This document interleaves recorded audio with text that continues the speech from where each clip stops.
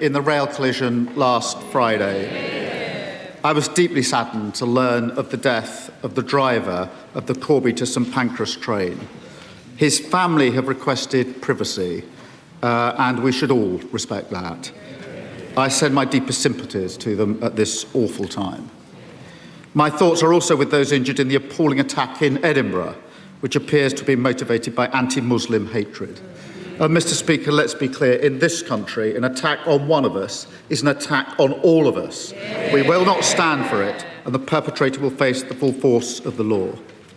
Let me commend our emergency services who responded to both incidents with outstanding bravery and professionalism in very difficult circumstances.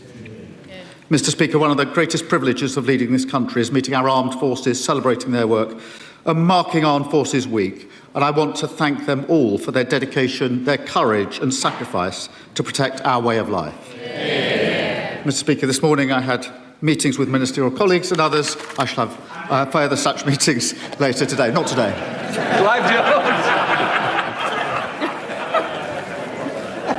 Thank you very much, Mr. Speaker. And can I associate myself with the Prime Minister's remarks? Prime Minister, the National Cancer Plan is something that your government can be really proud of. Cancer patients in Wokingham and across the country cannot afford for it not to be implemented or regularly updated. Will the Prime Minister leave a lasting legacy and support my Cancer Private Members Bill to ensure that future governments remain accountable for delivering its targets and ambitions? Well, can I first recognise his personal experience and pay tribute to his campaign? I'm incredibly proud of the National Cancer Plan, which sets out how we're ending the postcode lottery with more cancer specialists, paying the travel costs of children travelling for cancer care, and investing in technology to drive research into rare cancers. Thanks to our record investment in the NHS, we've the shortest waits for cancer diagnosis on record. He'll be pleased to know that in his constituency, waiting lists in his local care board are down by 40,000. That's thanks to a Labour government and Labour decisions. Thank you, Mr. Speaker. Max Hall is 14 years old. He should be worrying about school, football, friends and what he wants to be when he grows up. Instead, he is living with a high-grade brain tumour and there is no cure available to him. His parents, Jackie and Stephen, want to know, why are children still being diagnosed with brain tumours and told there's no treatment options available? Why has brain tumour research remained so underfunded when brain tumours kill more children and adults under 40 than any other cancer? And why are families like them left to search for hope themselves? This Prime Minister has done so much to strengthen our NHS. So does he agree with me that we need to move at pace and do much more to offer hope to Max and his family and families like his facing this unequally devastating disease? Can I just say my thoughts, and I'm sure the thoughts of the whole House, are with Max and his family in what must be the most awful of circumstances. Through our Cancer Trials Accelerator programme, we'll make it easier to launch innovative new clinical trials and find new treatment. And for people like Max, that will mean make young people's cancer a research priority, make clinical trials more accessible, and pay for his travel costs for care. I hope that comes as some comfort, but as a parent, I can't imagine what his family are going through, given the circumstances that he faces. And I know that a minister would be happy to meet Max and his family. Leader of the Opposition, Keir Starmer. Thank you, Mr. Speaker. And can I associate this side of the House with the Prime Minister's remarks on the horrific train crash, the attacks in Edinburgh, and, of course, Armed Forces Week? I want to start by congratulating the Prime Minister. He's the other party leader who won a by-election last week. Although I think I'm much happier with my new MP than he is with his. 2 weeks ago, Mr. Speaker, 2 weeks ago, the Prime Minister told the House that the government was funding defence and everything was under control. The very next day, the Defence Secretary resigned, saying the Prime Minister was unable and the Treasury unwilling to fund the defence of our country. What changed? Well, Mr. Speaker, she references the by-election. I'm very pleased with our new Member of Parliament. Can I also say to her, in Gorton and Denton, the Tories got 1.9% of the vote. Can I congratulate her? Because in Makerfield, they got 2.2% of the vote. Just edging past Count Binface.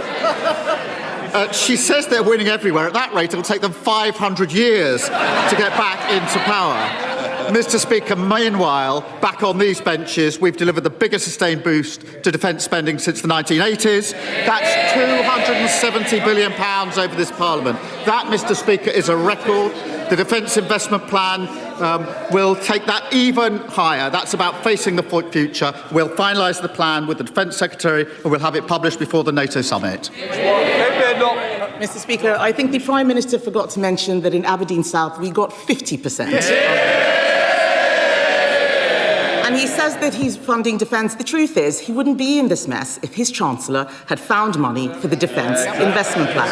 The Prime Minister gave her the second most important job in Britain. She was the first female Chancellor. She lives next door to him, but wouldn't even come out to stand by him during his resignation speech.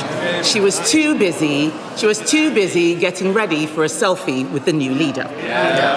Does the Prime Minister feel let down by his Chancellor? This is the Chancellor who ended austerity inflicted on our country for 14 long years. This is the Chancellor who got the economy growing, Mr. Speaker. She doesn't normally want to talk about the economy. That's because in the first quarter of this year, the UK had the fastest growing economy in the G7. Our growth was upgraded by the IMF and the OECD. Last week, unemployment was down. Inflation was better than better. That is because with this chance, we have the right economic plan and we can weather the global storms in the war that she wanted to jump into. Mr. Speaker, they're cheering so loudly. If it's all going so fine, why is he resigning? The fact is, she did let him down. She's the one who snatched the winter fuel payments. She's the one who announced a disastrous budget that killed economic growth. And because of her, higher than when he came in. But the Chancellor isn't the only person who let him down. The Energy Secretary is putting up bills and killing jobs. He's not here, is he?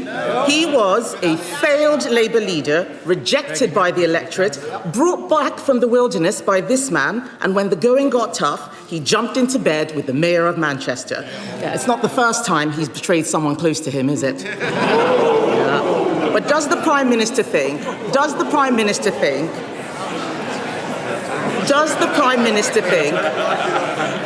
that this treachery should be rewarded by being appointed Chancellor? Mr. Speaker, the Chancellor and I picked up our party 6 years ago from the worst defeat since 1935. We turned it around and we made it face the country. And we won a landslide general election, giving them the biggest drubbing in their history. To this Chancellor, we've delivered the fastest fall in NHS waiting list for 17 years. With the money for new rights for renters and working people, and we're lifting 500,000 children out of poverty. Mr. Speaker, the test for every Prime Minister is handing over the country in better shape than you found it. I know I can do that, which is more than can be said for her predecessor, her predecessor's predecessor, and her predecessor's predecessor's predecessor. Mr. Speaker, once again I have to ask, if it's all so fantastic, why is he resigning? And I think it is very generous of the Prime Minister to stick by his ministers because they didn't stick by him. He can say what he likes, but the people of Aberdeen gave their verdict. They gave their verdict on his Energy Secretary by voting Conservative. But to be fair, Mr. Speaker, to be fair, they're not all traitors and deserters. Some of his cabinet have been loyal and incompetent. Hands up if you think the Education Secretary is doing a good job. Even she doesn't think she's doing a good job, Mr. Speaker. Even she doesn't think she's doing a good job. Someone did. Just for for those who raised their hands, the two people who raised their hands, yesterday a poll found that 0% of teachers think the education secretary is doing a good job. 0%. She taxed private schools to pay for more teachers, but the number of teachers has gone down. Yeah. It turns out appointing a spiteful class warrior as education secretary was a disaster. Yeah. Does the Prime Minister agree? Does the Prime Minister agree that he has been let down by her incompetence? Prime Minister. The Education Secretary grew up in poverty. She knows exactly what it means to grow up in poverty. She was once reluctant to tell her story. I know her story. It's an incredible story of social mobility and success. I am so proud that she is sitting there, and so should everybody in this country who cares about social mobility. She knows that for poor children, education is absolutely vital, and that is why it drives every single priority and value that she has. I would have thought the party opposite would recognise and understand some of that, but they've fallen so low they don't. Mr. Speaker, the fact is that if she knew so much about poor children, she wouldn't have given them fewer teachers. Teacher numbers have gone down. Teacher numbers have gone down. It's amazing. I've never seen this much excitement on the Labour benches. Yes, cheering so loudly while there are 400 knives stuck in his back. Shame on them. Shame on them. They don't like it up them, but they know that what I'm saying is true. And Mr. Speaker, there were times when the Prime Minister tried to do the right thing. He did try to cut welfare. And who stopped him? Those MPs behind him. In the words of the Welfare Secretary, his MPs only want to know who they can tax to fund more benefits. They are not Labour MPs, they are welfare MPs. Does the Prime Minister feel betrayed by the people he got into Parliament? Sorry, Prime Minister.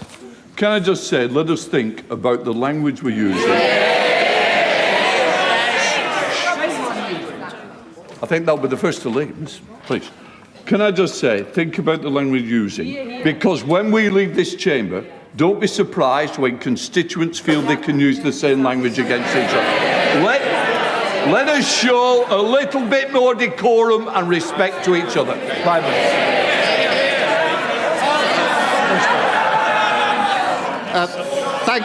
Thank you, Mr. Speaker. I was trying to do all of this with as much good grace as I could, but I shall certainly miss these exchanges. I'm very proud of every one of our MPs who, with a landslide Labour victory, coming from all different backgrounds, from all different places across the country. We inflicted the biggest loss on the Tory party opposite in the history of their party. We picked up our party, we turned it around.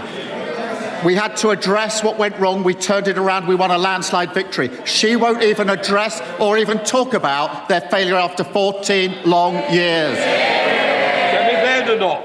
Mr. Speaker, he is the one who is resigning because of his MPs. There's no point trying to distract from it. And let's be honest, Mr. Speaker, the Prime Minister has made many mistakes. Otherwise, he wouldn't be going. But he has also been let down. I'm only saying what his staff have been briefing. He has been let down by an energy secretary who is killing industry, let down by a chancellor who is killing jobs, let down by backbenchers who don't understand that government is about tough choices. He U-turned again and again and again to appease them, and now they've abandoned him. And what for? A pair of eyelashes and a black T-shirt. Isn't the truth that whoever is in charge, Mr. Speaker, isn't the truth that whoever is in charge, the real problem is the Labour Party? Mr. Speaker, 2 years ago, I walked into Number 10 and found a broken economy, broken public services, and broken trust in politics. Because of our decisions, my decision, the country is moving in the right direction, a stronger and a fairer Britain, ending austerity, investing in our public services, the fastest fall in NHS waiting lists for 17 years, more rights for workers, more rights for renters, standing with Ukraine, Britain's reputation restored and 500,000 children being lifted out of poverty. Change promised by a Labour government, fought for by a Labour government, change delivered by a Labour government. Thank you, Mr. Speaker. My Hendon constituency is proud to sit at the heart of the UK's largest Jewish community in the London Borough of Barnet. But today, many of my constituents, many of that community, are living in fear. In northwest London, in recent months, we have seen Jewish charities firebombed, synagogues attacked, Jewish people stabbed in the street, and all that against the backdrop of a daily drumbeat of abuse and intimidation. I know everyone on these benches is determined to defeat this despicable hatred, and I welcome the actions the government is taking to root out the poison of our anti-Semitism. Can the Prime Minister tell this House what the government is doing, not only to protect the Jewish community in Hendon and Barnet, but to make sure we can live full and proud Jewish lives free from fear? Well, I thank him for his question. Anti-Semitism is a poison, and that is why I drove it out of the Labour Party. In government, we're acting to drive it out of society. New powers to ban repeated protests, new plans to root anti-Semitism out of our schools, universities and the health service, and new prescription-like powers to clamp down on malign state activity which incites hatred and violence. And we will take further steps. I'm proud to lead this tolerant, decent country and will always fight for the security, safety and freedom of British Jews. Sir Ed Davey, Leader of the Liberal Democrats. Thank you, Mr. Speaker. Can I associate myself and my party with the Prime Minister's remarks about the horrifying train crash in Bedford and the appalling attacks near a mosque in Edinburgh? Our thoughts and prayers are with the victims and their families. And can I mention, Mr. Speaker, today's review of Nottingham's maternity services, which is truly shocking. I hope the government will rise to this moment and implement Donna Ockenden recommendations in full without delay. Mr. Speaker, can I also recognise how difficult it was for the Prime Minister to make the statement he did on Monday?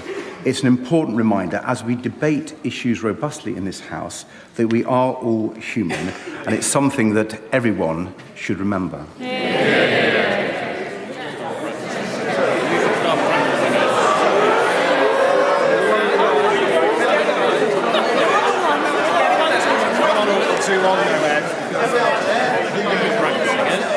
Mr. Speaker, as we all know how hard it is when relationships break down with close friends and allies, when even our next-door neighbour barely speaks to us some of the time, has the Prime Minister's experiences opened his eyes to the need to rebuild Britain's relationship with our European friends and allies? Will he advise the right honourable gentleman, the member for Makerfield, to put his EU red lines in the past and adopt our plan for a new growth and defence partnership? Mr. Speaker, I'm very proud of the fact that we've reset our relationship with the EU and we're bringing it closer together. That is in the best interests of our country, and I know he understands that. And I know that, like me, he's been reflecting on his own career. Given that he had revelations, he turned down a job with MI6. I think the whole House will be wondering what might have been.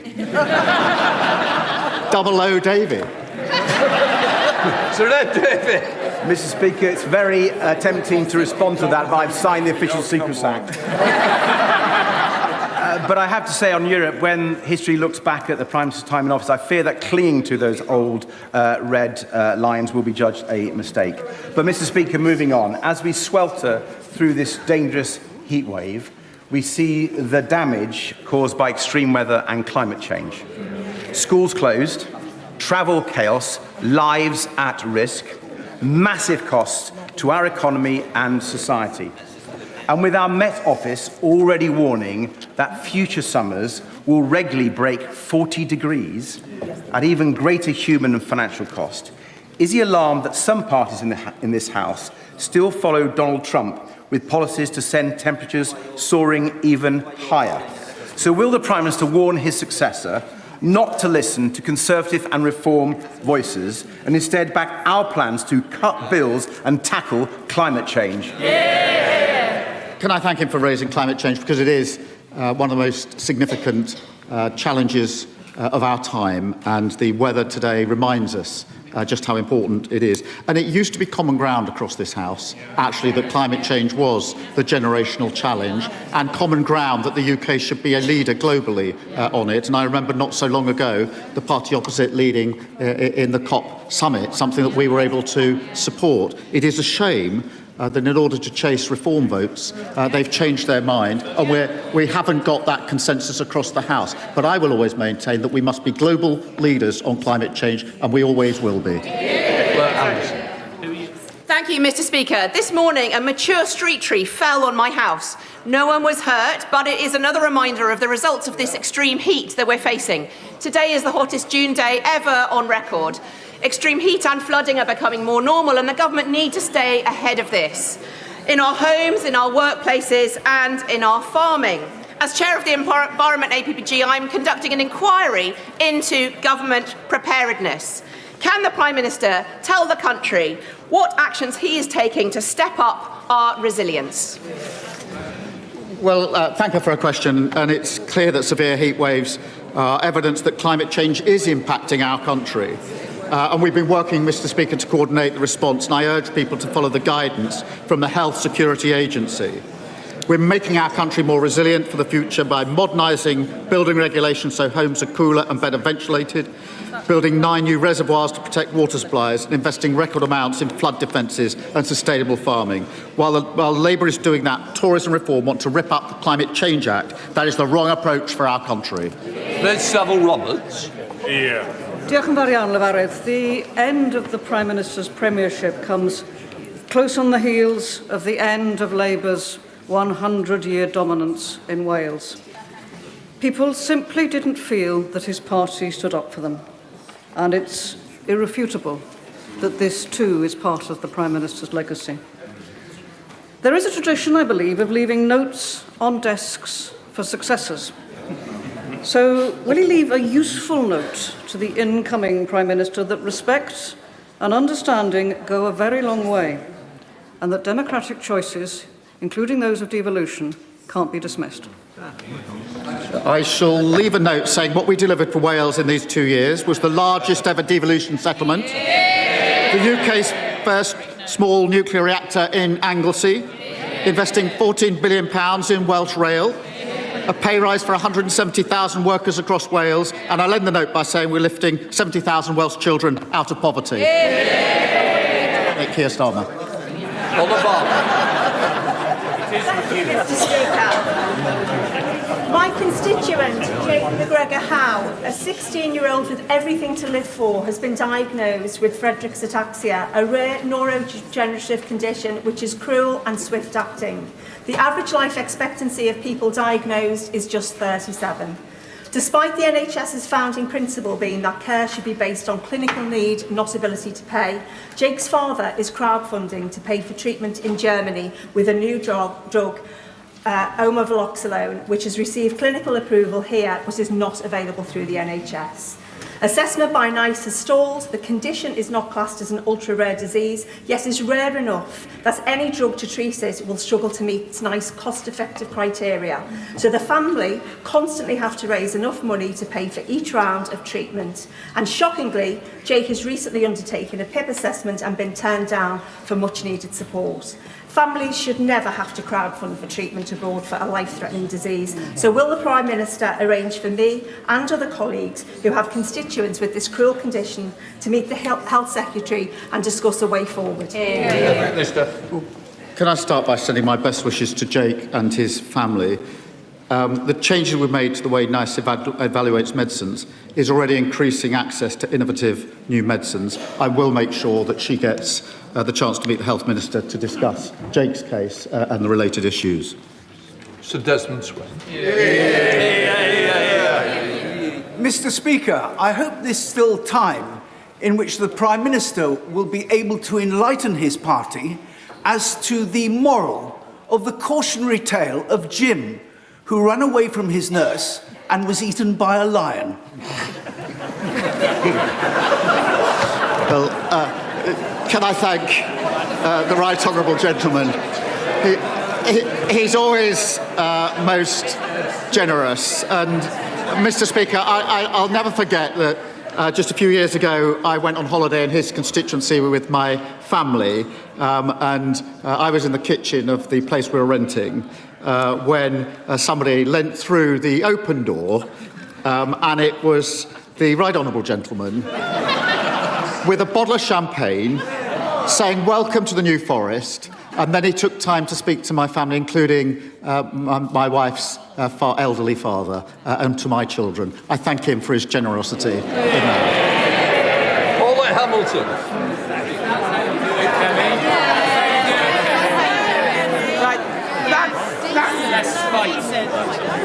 Thank you, Mr. Speaker. I would like to thank the Prime Minister for his leadership.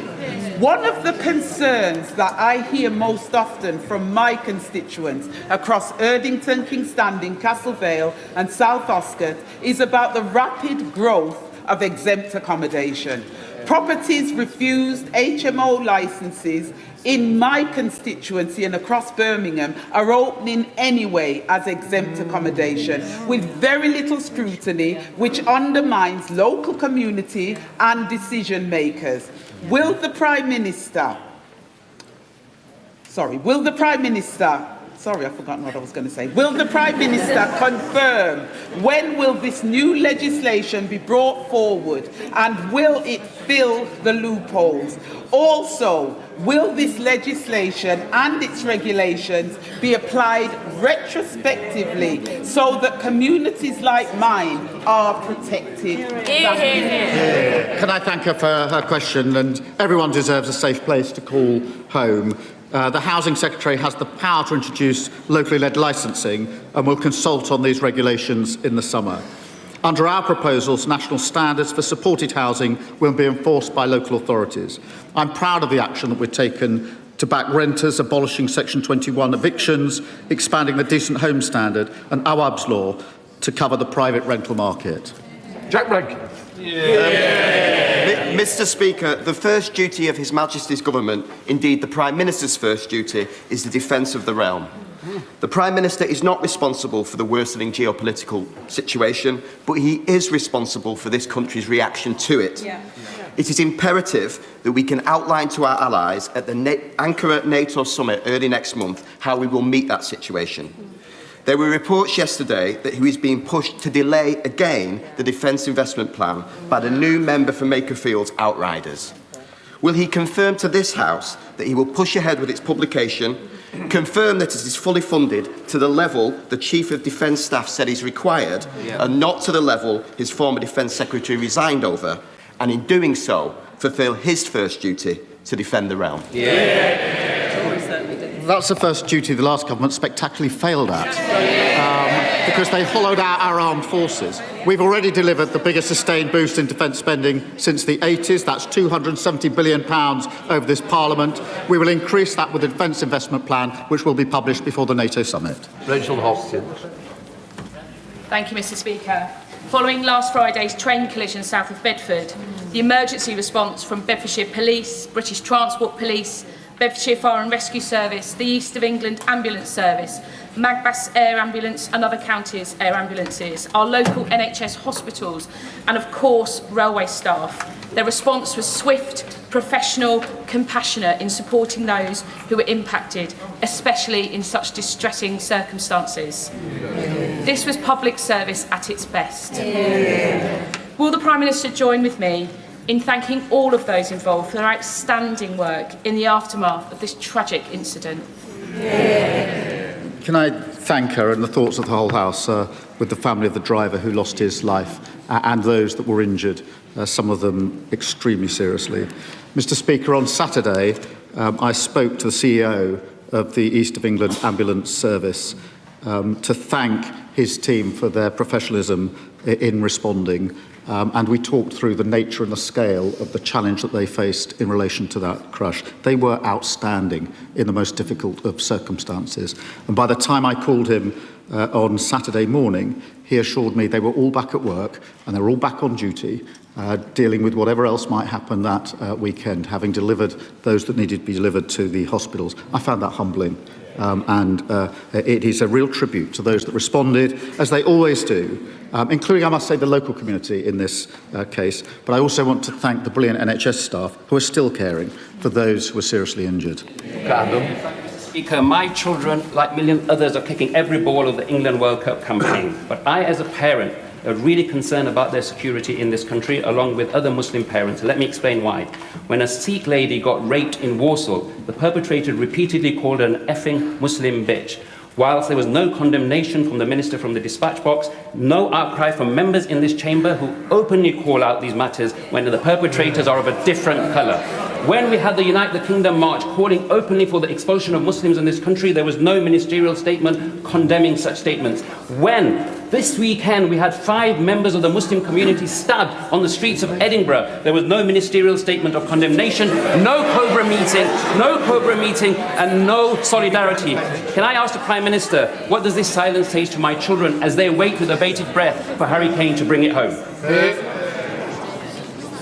I want his children to feel safe in this country, and I will do everything to make sure that they are. We will all fight anti-Muslim hatred with everything that we've got. An attack on one is attack on all of us. That is what I said at the top of PMQs, and I hope you heard it.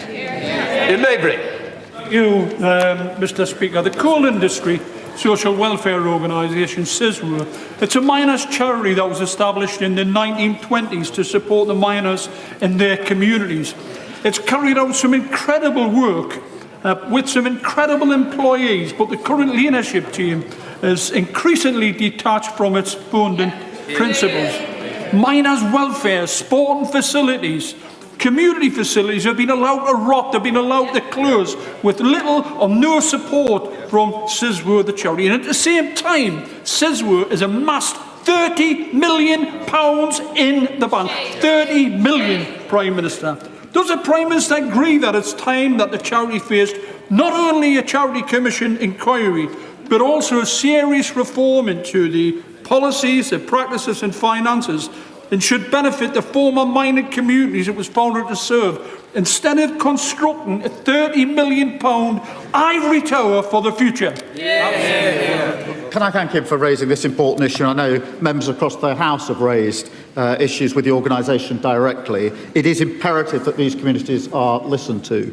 I understand that the Charity Commission has opened a compliance case. I'll get that confirmed for him. I'm proud that this government has stood up for mining communities, including ending the injustice of coal pension schemes, increasing the pensions of over 150,000 former British coal employees, and I thank him for raising this case. Thank you, Mr. Speaker. US big tech has exploited us for far too long. So I'm delighted that the Met Police followed my advice and pushed Apple and Google to implement the stolen handset blacklist, curbing resale and cutting mobile theft by almost half. Likewise, does the Prime Minister agree it's time to stand up to social media companies and reclassify them from platforms to publishers, holding them responsible for the harmful and addictive content that they recommend, promote and profit from? Well, Mr. Speaker, I thank him for his question. He will have seen the action we're taking in relation to social media. The social media ban for under-16s, which has been welcomed by families across the country, strengthening the Online Safety Act to tackle intimate images, abuse and cyber flashing, and closing loopholes in chatbots, and taking on Grok. But there's more to do. Thank you, Mr. Speaker. In Aldershot and Farnborough, thanks to this Labour government, this week we are bringing the National Armed Forces Day celebrations back to the home of the British Army. But in a week when we salute those who have served and are serving our country, elderly Gurkha veterans were assaulted in the park by our war memorial and told to go home. Will the Prime Minister and the House join me in standing against this despicable attack and commend the heroism of our Gurkhas? And does he agree with me that now is the time to resolve the long-standing issues on Gurkha pensions, as we have been working towards, because the Gurkhas have given so much for our country? Can I thank her for her question? She's a great champion for our armed forces, and the fact that the national celebrations are returning to Aldershot this week are a testament to her campaigning. The racist attack she describes is utterly disgraceful, and I condemn it, and I hope the whole House will condemn it.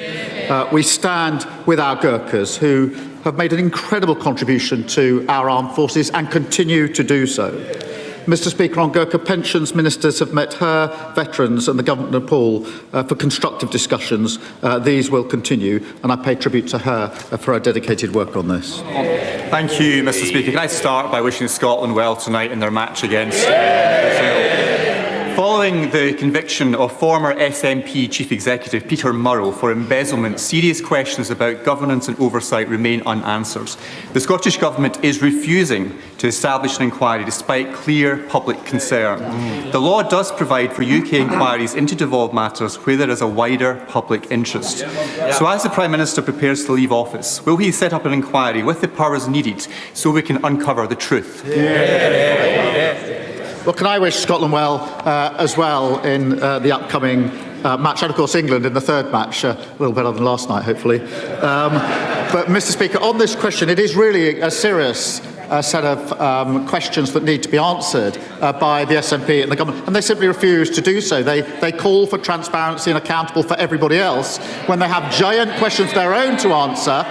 Nothing to see here, don't want to know, don't want to have an inquiry. Totally the wrong approach. Speaker, this government's commitment under the leadership and influence of the Prime Minister to tackle violence against women and girls is a commitment that is really shared by many of my constituents. On Saturday, I was out in Llangollen for a Welsh Women's Aid fundraiser organised by community champion Moira Gleed. Llangollen's most Wuthering Heights Day ever saw me join 230 plus Cathies, learn a dance routine, all dressed in red, and perform in a streamed performance that went across the world. We've even had some fans from Japan get in contact. I know, thank you. Will the Prime Minister join me in recognising the hard work of Moira, her daughter Rowena, and all of the organisers, volunteers, and importantly, the performers for making this really important event happen? Well, can I pay tribute to her and all of those that took part? And I'm really glad that it got noticed around the world, because this is what raises awareness. I thought she was going to ask me to join her in the next dance, but if it's simply to pay tribute, I'm very happy to do so. Thank you, Mr. Speaker. Tony Blair suggested that at the beginning of his premiership, he was at his most popular and least capable. Blair talked about ending his time in office at his least popular and most capable. For the sake of people in the South West and across the country, what tips can the Prime Minister offer his successor? Well, I think the first one would be don't ever inflict austerity on the country. And since he's a Lib Dem, I'd probably add, don't wear a wetsuit. Thank you. Mr. Speaker, you will be aware that on Monday it was Windrush Day, founded by Patrick Vernon, to celebrate the contribution of migrants to our community. Could I ask the Prime Minister to outline exactly what this government is doing to recognise and serve the Windrush generation who did so much to play a vital role in our country's history? Well, can I join her in marking Windrush Day and thank her for raising this, because this is the opportunity to thank a community that made an extraordinary contribution to our country and remember the injustice that they faced.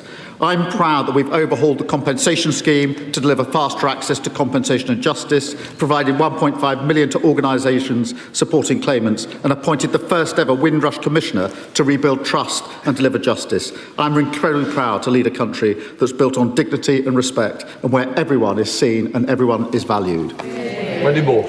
Thank you, Mr. Speaker. From slashing winter fuel payments to surrendering the Chagos Islands, this Prime Minister has got every major decision wrong. It's no wonder even his own MPs are now looking elsewhere for the answers. So as this may be, one of not his final appearances at the dispatch box? Will he make one final U-turn? Will he scrap Labour's disastrous grey belt policy and help protect the precious green belt spaces and green areas across Aldridge Brownhills? And if not, his legacy will be one that he was the Prime Minister who destroyed so many of our local communities.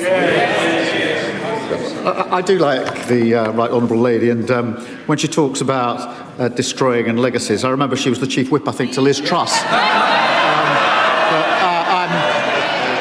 I'm very proud that we are building the houses that we need so that everyone has a base camp for their opportunity and their aspiration, something the last government failed on and we're succeeding on. Final question, Alistair Strather. Mr. Speaker, Gareth Southgate's documentary last month spotlighted some of the heartbreaking ways we're failing too many young men growing up in Britain today. But it was heartening to see the inspiring work Hitchin youth worker Dan Gaze was able to carry out with young men in my community who found themselves in hard times. Both Dan and the boys at Hitchin Louth Boys School who were interviewed as part of the documentary I thought were an absolute credit to my town. But how can we make sure we're encouraging more men into teaching and youth work roles so that every young man growing up in Britain today can benefit from these positive role models across their community? Can I join him in paying tribute to the inspiring community members like Dan, who truly represent the best of Britain? Having an inspiring role model is vital for young men, and that's why we're investing £500 million in our National Youth Strategy, which includes launching 50 new young future hubs, creating more mentoring and youth worker opportunities. Let the front benches change over.